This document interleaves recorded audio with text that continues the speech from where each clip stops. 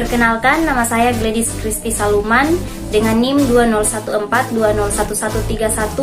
Saya mahasiswi dari Universitas Pembangunan Indonesia Manado dari kelas A3 Keperawatan semester 3. Di video kali ini saya akan menjelaskan tentang resiko dan hazard dalam evaluasi keperawatan.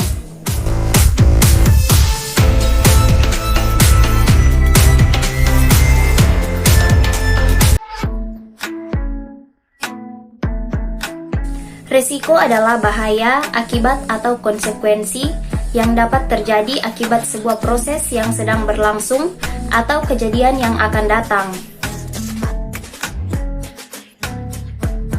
Manajemen risiko K3 adalah suatu upaya mengelola risiko K3 untuk mencegah terjadinya kecelakaan yang tidak diinginkan secara komprehensif, terencana, dan terstruktur dalam suatu kesisteman yang baik.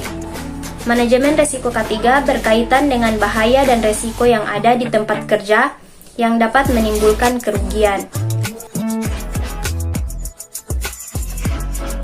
Hazard atau bahaya merupakan sumber potensi kerusakan atau situasi yang berpotensi menimbulkan kerugian dan cedera atau kecelakaan kerja dan atau penyakit akibat kerja.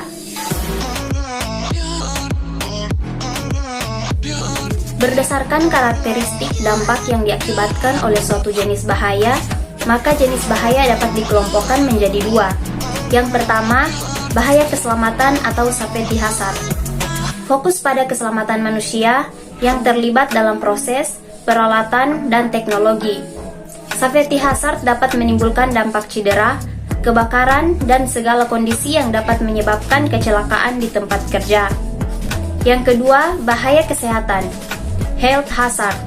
Fokus pada kesehatan manusia yang dapat berupa bahaya fisik, kimia, bahaya berkaitan dengan ergonomi, psikososial, elektrik, berdampak pada keselamatan kerja, misalnya cedera, kebakaran, ledakan, pemajanan terjadi pada waktu singkat.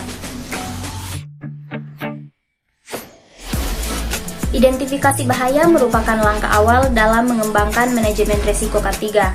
Mengidentifikasi suatu bahaya adalah upaya sistematis untuk mengetahui potensi bahaya yang ada di lingkungan kerja.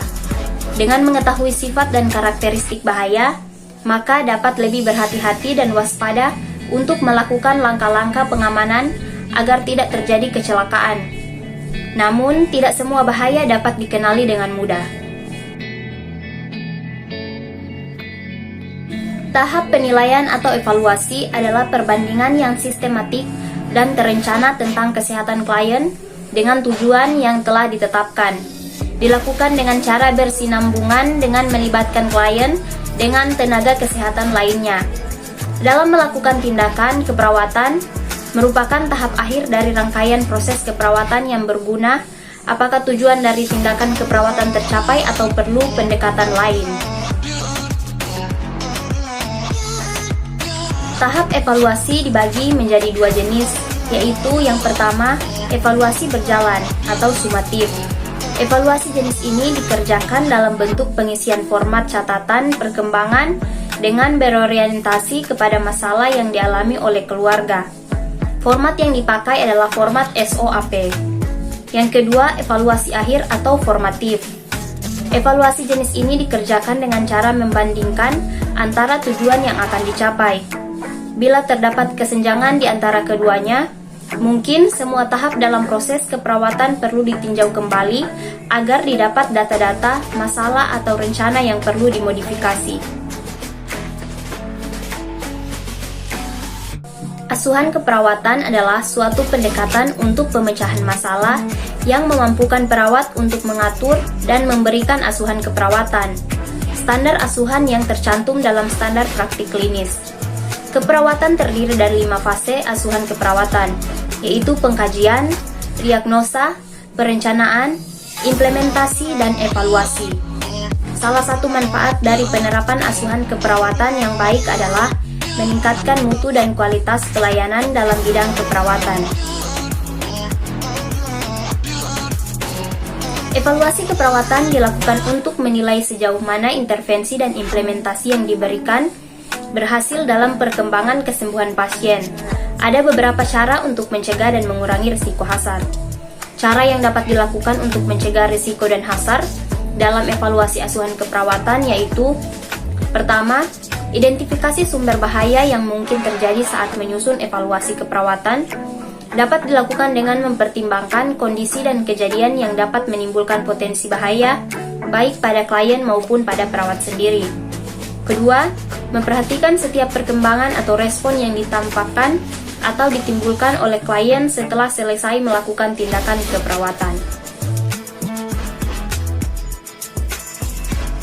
Nah, ada beberapa risiko dan hazard bagi perawat saat melakukan evaluasi asuhan keperawatan. Seperti 1. Tenaga kesehatan yang bekerja di ruang HIV/AIDS contohnya terus menghadapi masalah komunikasi. 2. Menjaga kesehatan klien dan tenaga kesehatan dan infeksi, mempertahankan teknik aseptik, menggunakan alat kesehatan dalam keadaan steril. 3. Perawat harus menyusun ulang intervensi bila hasil evaluasi tidak memuaskan. Dan keempat, tidak didapatkan hasil yang sesuai dari perancangan yang telah dibuat. Hai semua, bagi teman-teman dan adik-adik yang pada saat ini ingin melanjutkan studi ke jenjang perguruan tinggi, ayo bergabung bersama kami di Universitas Pembangunan Indonesia Manado. Universitas Pembangunan Indonesia Manado adalah salah satu perguruan tinggi swasta di Manado yang berdiri pada tanggal 2 Oktober tahun 2000 yang saat ini sudah terakreditasi B.